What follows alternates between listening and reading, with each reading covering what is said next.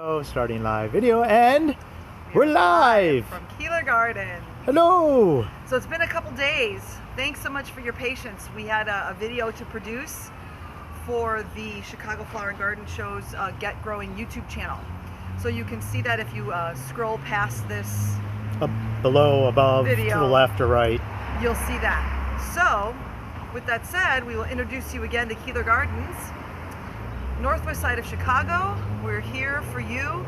Oops, trying to reconnect. I'm going to come around this way. We're still recording though. To keep you connected with Yeah, nature. even if we're not connected to the internet. We'll try from this direction. How's that? That much better. Can we see the pretty garden? Yes, we can. Can everybody see the pretty garden? I want to hear from everybody.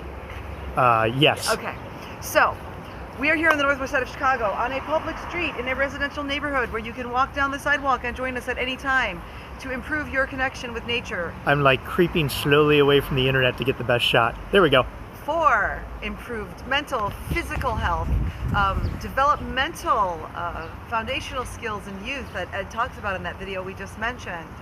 So join us here on these videos on one of our other platforms, other places that you can find us. For example, that YouTube channel with the Get Growing series, educational series, and our Instagram account here on site to allow us to get you involved and keep you connected with nature.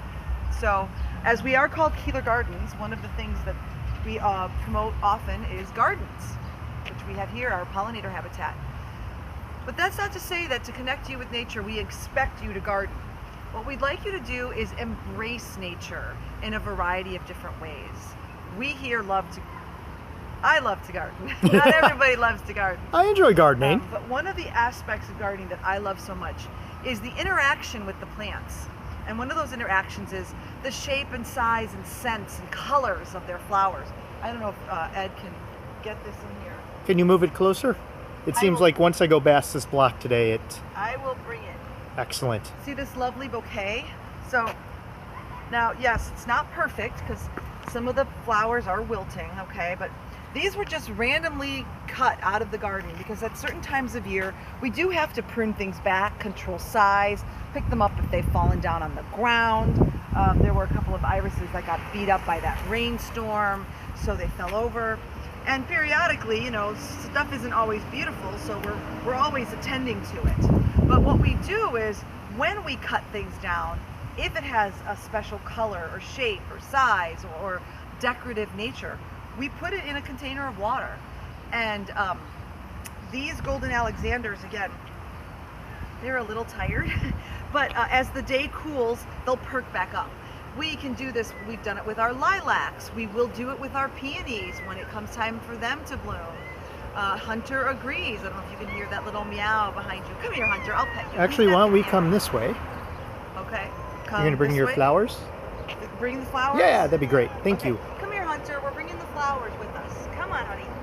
Come on. No, I want to stay in the shade. Okay, we're good. Okay. All right. Forgive us. We are working little on technical problems today. Yeah, we're working on our direction and our cameraman and such like that. So, my point is that plants have unique scents, textures, smells, and you don't have to be a gardener to acknowledge this or to experience it or to enjoy it. Just looking anywhere on our block, you can see bark, you can see branches, you can see fluffy flowers, flowers on shrubs. This arbor will bloom roses that have a wonderful scent. You have many, many opportunities both here at Keeler Gardens and everywhere.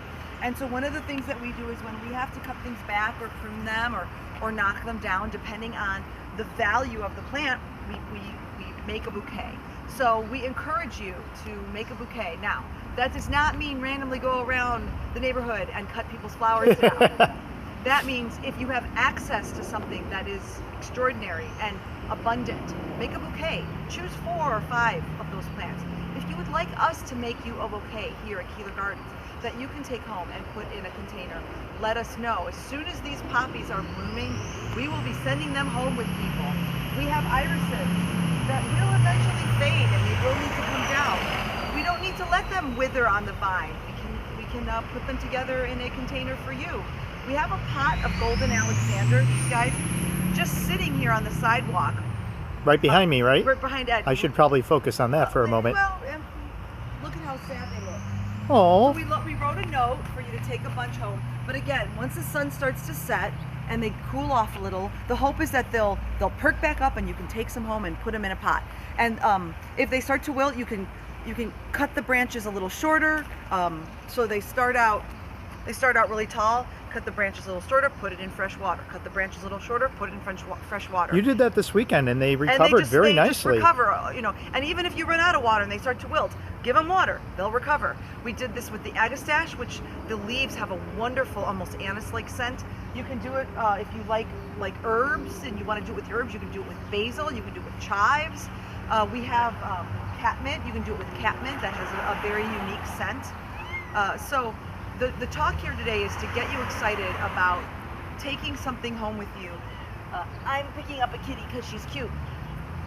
The talk today is, oh, you do not like being on TV. Okay. Encouraging you to connect with nature in different ways, through scent, through sight, through color, through texture. And again, like I said, it doesn't necessarily mean you have to be the gardener. We have a lovely neighbor, Angie Lily's studio. She is a flower arrangement provider for events. She did a pop-up of little peony collection where she put together collections for people just to walk by and take home. It doesn't have to be a plant. You can put it in a vase. Another trick that we have seen that we're actually going to try is, if you do plant things, if you stagger your plantings, you'll stagger your bloom time. So, for example, for those of you who want to grow things for butterflies, dill is a wonderful food for butterflies. If you throw the dill seed in, it comes up. You can sort of see it growing in that pot over there.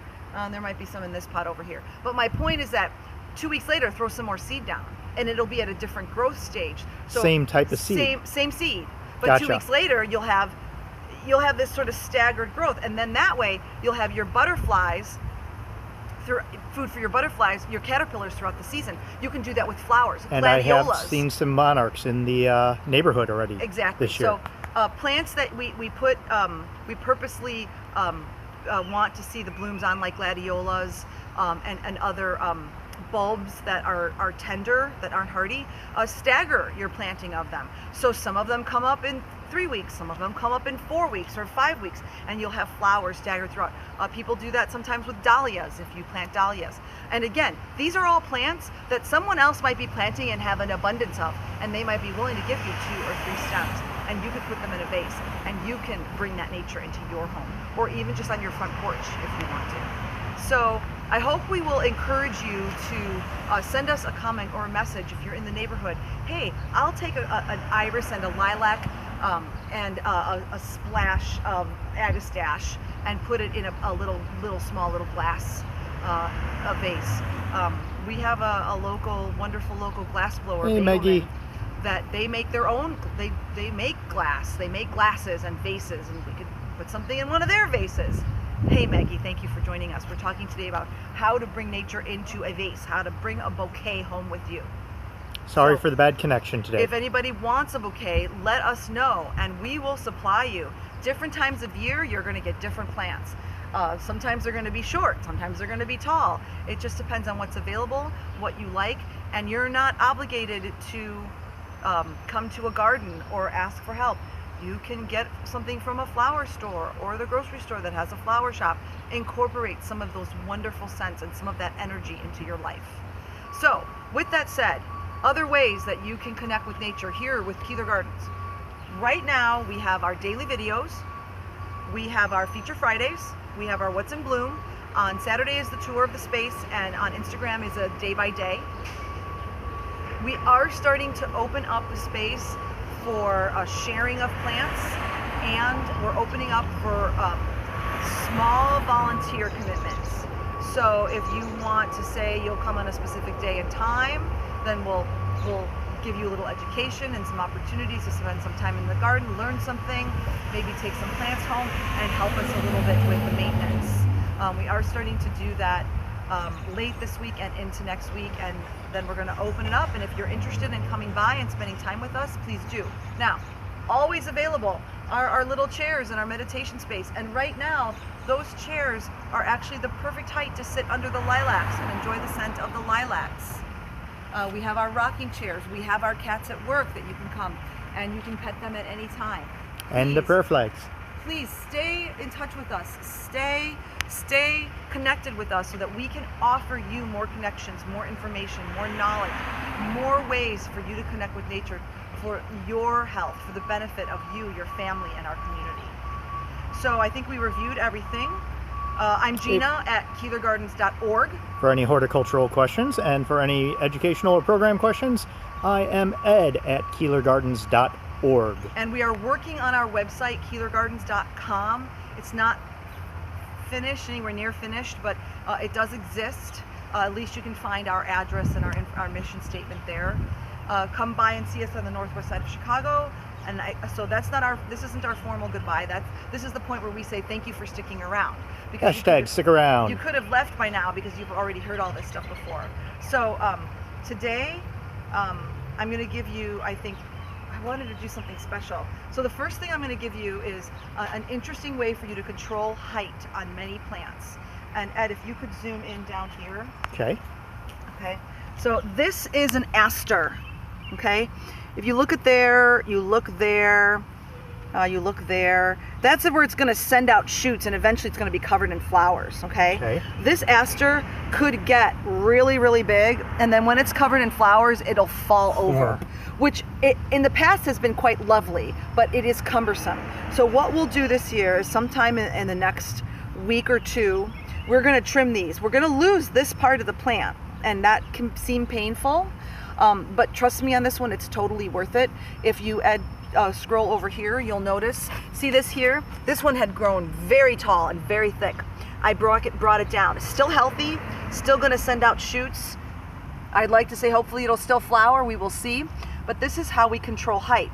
And if you're not certain if a plant can be pruned this way, you have two options, three. Four. One option is do nothing. That was the one I forgot about. Just leave it, let it go. Let it get tall, let it fall over, see what happens.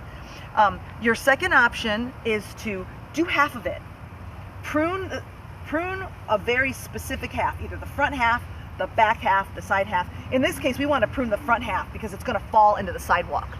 And then we will monitor it and see what this half does versus the other half. We did this with the plant last year, and the parts that we cut down almost by half, it caught up, and it eventually, you can practice that way. And then the other option is you can cut it all down if you've just had it and too many years in a row or it's just been too much to deal with.